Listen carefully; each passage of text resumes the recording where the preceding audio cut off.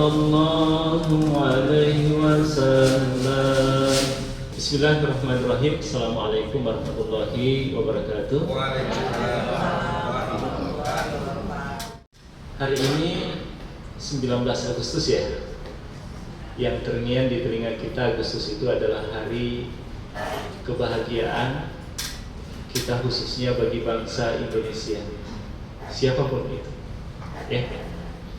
Sepatutnya bagi kita yang hidup di era abad ke-20 ini, momentum memperingati hari kemerdekaan Indonesia itu adalah menghadirkan rasa syukur ya, rasa terima kasih kita kepada Allah Subhanahu wa taala atas karunia yang begitu besar yang dilimpahkan kepada kita.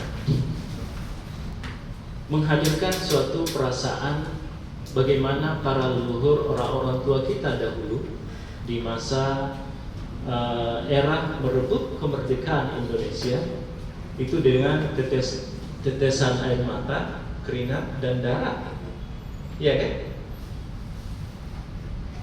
Perasaan itu yang perlu kita hadirkan. Bagaimana leluhur kita merebut kemerdekaan yang kemudian hasilnya itu kita dapatkan saat ini. Di dalam usaha upaya merebut kemerdekaan ini, robeklah badanku, robeklah hati, ya, fisik yang ada pada diri saya ini, silahkan. Tetapi engkau tidak akan pernah merobek jiwa dan pikiranku demi kemerdekaan Indonesia. Usaha dan upaya yang begitu besar dari para pejuang kita, para pahlawan-pahlawan kita yang tidak kenal pamrih, hasilnya ya kita hasilkan bersama. Bagaimana kita memaknai kemerdekaan pada saat ini secara tauhid dan spiritual? Tentu usaha dan upaya yang telah dilakukan oleh para leluhur kita itu tidak lepas dari sandaran secara totalitas hati, pikiran, jiwa, usaha mereka hanya kepada Allah Subhanahu wa ta'ala. Sangat banyak bukti yang mengarah ke sana. Bagaimana misalnya pekikan Allahu Akbar itu menggema di setiap perjuangan yang mereka lakukan sebagai bentuk usaha bahwa hasil dari apa yang mereka dapatkan ini itu tidak akan bermakna apa-apa kecuali pemberian dari Allah semata. Pekikan Allahu Akbar di mana-mana. Apalagi yang sangat terkenal itu di mana, Pak? Di peristiwa 10 November Surabaya ya, Bung Tomo itu ya, yang kemudian arek-arek Surabaya bangun, lalu kemudian usaha upaya kemerdekaan itu sedikit demi sedikit bisa tercapai. Kalimat Allahu Akbar juga ini itu sangat meresap di dalam hati setiap para pejuang muslim. Coba Pak, kemampuan Indonesia untuk merebut kemerdekaan itu tidak ada. Penjajah yang dibekali dengan persenjataan modern, Indonesia hanya dibekali apa Pak? Bambu runcing. Bambu runcing melawan senjata secara logika itu mustahil. Tetapi karena sandaran vertikal yang begitu kuat pada diri setiap pahlawan pendahulu kita, maka yang namanya mustahil itu bisa berubah menjadi sesuatu yang mungkin. Sesuatu yang mungkin bisa berubah menjadi kesuksesan. Saya bayangkan dulu Pak Maulana ini waktu mendirikan bersama dengan Ibu Haja, Ibu Haja Ibu mendirikan travel ini. Bagi yang pertama-tama tentu ini bisa nggak ya berkembangnya, bisa nggak semaju ini? Pikiran-pikiran mustahil itu mungkin bisa jadi ada, tetapi yang tertanam di dalam pikiran para pahlawan, para pejuang, dimanapun kita berada, ya, kendala, persoalan yang kita hadapi sebesar apapun di hadapan kita, yang mungkin kita pikirkan mustahil untuk bisa diraih, ketika mustahil itu standarnya kita naikkan menjadi kemungkinan, maka kemungkinan itu standarnya kita naikkan menjadi sukses. Itu akan bisa tercapai manakala satu hal Bapak Ibu, iya, dilengkapi, disempurnakan dengan nilai-nilai tauhid, pendekatan diri kita secara total hanya kepada Allah Subhanahu wa Ta'ala. Bukti bahwa di dalam pembukaan Undang-Undang Dasar 1945 apa Bapak Ibu? Kemerdekaan itu dengan berkat rahmat Allah Subhanahu wa Ta'ala dan didorongkan oleh keinginan luhur. Nah, coba Bapak Ibu, kita ingin merdeka. 350 tahun Indonesia dijajah, keinginan untuk melepaskan diri dari kungkungan, ya, himpitan, rongrongan dari penjajah. Saya kira sejak awal itu ingin Belanda harus pergi misalnya, penjajah harus jauh dari negeri kita. Tapi kok sejauh itu? Nah, ini tentu bahwa kebebasan, kemerdekaan itu tidak hanya semata diraih oleh usaha dan upaya. Maka kesadaran para pendahulu kita di dalam menyusun undang-undang pembukaan berkat rahmat Allah. Ini kan nilai-nilai tauhid lagi kan Bapak Ibu.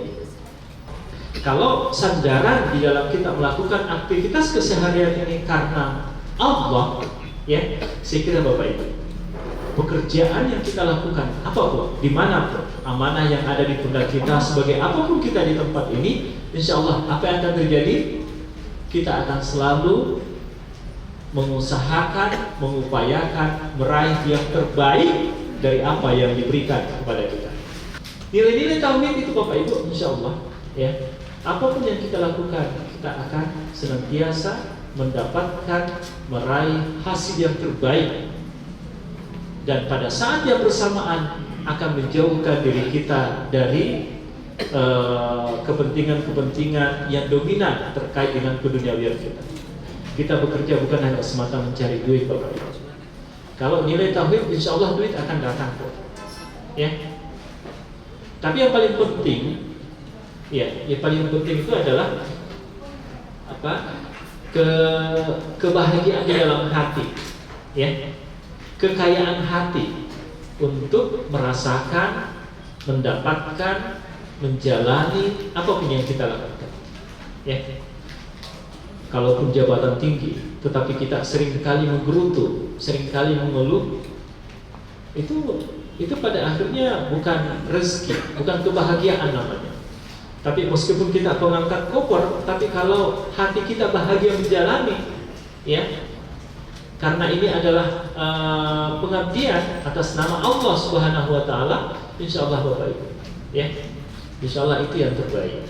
Dan pandangan Allah yang terbaik di dalam hidup ini akan mengetuk pintu, ya, para pemuka, para pemilik kewenangan untuk memberi kebaikan-kebaikan itu kepada setiap orang. Jadi intinya rezeki kita ini Bapak Ibu, rezeki kita ini, karunia kita ini, itu ada di tangan-tangan orang lain. Nah, bagaimana cara mengetuk tangan, hati nurani orang lain untuk berbuat baik kepada kita? Saya kira sandaran yang pertama adalah nilai tauhid tadi, ya kan? Biarlah Allah yang menggerakkan, mengetuk pintu pimpinan kita untuk berbuat baik kepada kita, untuk memberi kesempatan yang lebih baik kepada kita, untuk memberi materi keduniawian kepada kita. Allah yang maha menentukan segalanya. Sebab kalau kita mengabaikan keterlibatan Allah di dalam setiap aktivitas kita, yakin Bapak Ibu, banyak orang gila, banyak orang stres di jalan, banyak orang stres dalam aktivitasnya. Kenapa?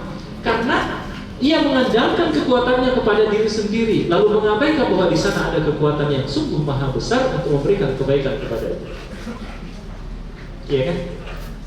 Jadi saya kira nilai-nilai tauhid yang perlu kita lakukan saat ini Bapak Ibu. Hal yang lain di dalam menjaga nilai-nilai akidah tauhid ini adalah istiqomah. Bapak Ibu, semua kita sudah pernah mengetahui hal-hal yang benar, ya kan? Hal-hal yang seharusnya, yang aksioma, gitu ya. Aksioma itu ya seharusnya seperti itu saja, gitu kan? 1 tambah 1 sama dengan 2 itu aksioma ya. Suatu kebenaran, misalnya kita belajar tentang menghormati orang, Bagaimana setelah kita besar, apakah tetap menghargai, menghormati orang lain? Nah, itu adalah sebuah nilai pensikapan. Jadi semua kita mempelajari kebenaran, tetapi bagaimana menanamkan nilai-nilai kebenaran di dalam diri kita, itu adalah persoalan pensikapan. Contohnya begini, kita semua pernah belajar membaca kitab suci Al-Quran. Itu benar kan Pak ya? Benar ya? Tetapi manakala kita sudah dewasa, apakah Al-Quran tetap kita juantahkan di dalam hidup ini, tetap kita baca, tetap kita telaah dan kita pahami? Kalau itu terjadi, maka ini adalah sikap yang benar. Kita benar belajar, lalu kemudian tetap mengakrabi kitab suci Al-Quran, itu namanya sikap yang benar. Kita belajar rukun syarat sholat sejak kecil. Apakah setelah dewasa sholat tetap kita istiqomah? Ataukah seringkali bolong? Kalau tetap istiqomah, nah ini namanya menjadi benar. Di luar sana Bapak Ibu, orang belajar hukum, sarjana S1 hukum, S2 hukum, S3-nya hukum, SH, MH, doktor hukum. Tetapi ketika terjun ke dunia politik, hukum malah diinjak-injak. Tidak ada supremasi hukum. Maka inilah persoalan pensikapan terhadap nilai-nilai sebuah kebenaran. Inilah yang sesungguhnya merusak kehidupan ini. Nah Bapak Ibu, kata kuncinya, bagaimana cara kita semua sudah mempelajari kebenaran, ya kan? Nilai-nilai kebenaran. Bagaimana mencapai nilai-nilai kebenaran di dalam hidup ini, Bapak Ibu? Tetap mempertahankan nilai-nilai keistiqomahan di dalam diri kita. Ya, saya kira kembali tadi kepada tauhid. Doa hidayah. Hidayah Bapak Ibu. Yang kita minta setiap saat di dalam hidup ini apa? Petunjuk ya, hidayah ya. Iya. Coba, doa apa yang seringkali kita baca terkait dengan hidayah Bapak Ibu? Misalnya, Allahumma inna nas'aluka huda wat tuqa wal afafa wal ghina. Saya kira di dalam doa salat banyak kan itu? Ya Allah, saya meminta kepadamu at-tuqa, ketakwaan, wat-tuqa wal afafa, kesucian, wal huda wal ghina, petunjuk dan kecukupan. Ghina itu kecukupan Bapak Ibu, kekayaan artinya, ya. Ada petunjuk di sana. Coba doa yang lain terkait dengan petunjuk apa? Kita semua pernah membaca Al-Fatihah kan Bapak Ibu, minimal berapa kali sehari? Ayo, berapa kali? 17 kali ya. Pimpinannya yang jawab dah.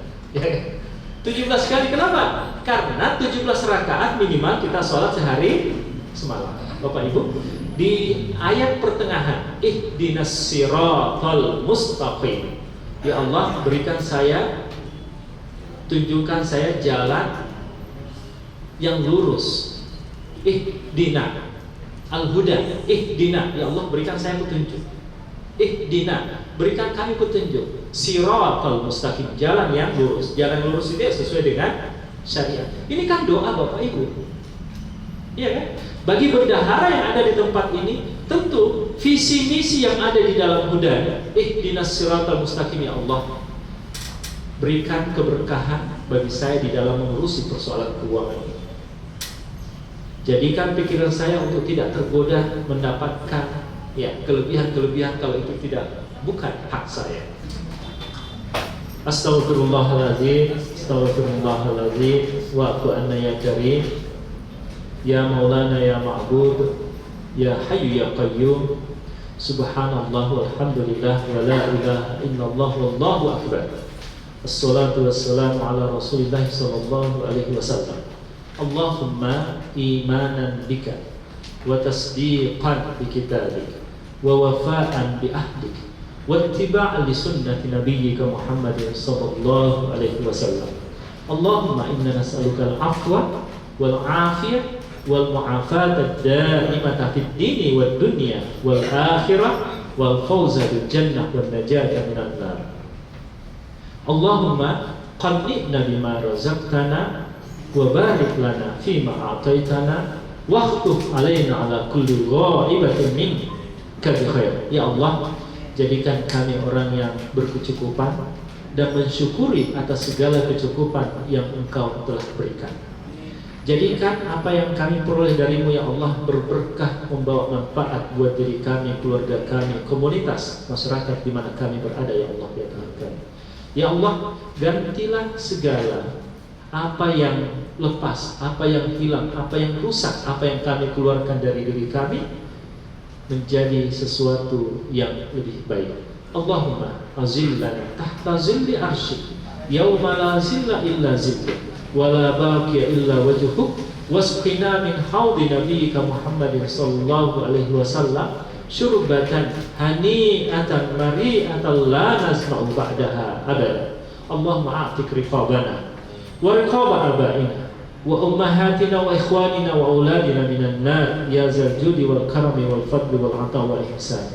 Allahumma ahsin akibatana fil umuri kulliha wa ajirna min khizyi dunya wa azabil akhirah. Allahumma ana abduk wa nahnu ibaduk waqifun fi majlisina haza fi makanina haza bi'atabi mutazallilun baina yadayk narju rahmatak wa nakhsha azabak ya qalimal ihsan. Allahumma inna nas'aluka an tarfa'a zikrana wa tad'a wisrana wa tutahhira qulubana wa tunawwira kuburana wa tusliha umurana wa taghfir lana dzunubana. Allahumma inna nas'aluka darajatil ula minal jannah. Rabbana atina fid dunya hasanah wa fil akhirati hasanah wa qina adzabannar. Wassallallahu ala sayyidina Muhammadin wa ala alihi wasallam. Subhana rabbika rabbil izzati amma yasifun wa salamun ala mursalin wa akhiru dawana alhamdulillahi rabbil alamin. Subhanakallahumma wa bihamdika asyhadu an la ilaha illa anta astaghfiruka wa atubu ilaik. Lebih dan kurangnya mohon dimaafkan. Terima kasih atas kesempatan yang diberikan. Kepada Allah Subhanahu wa taala kita mengembalikan segala sesuatunya. Wassalamualaikum warahmatullahi wabarakatuh.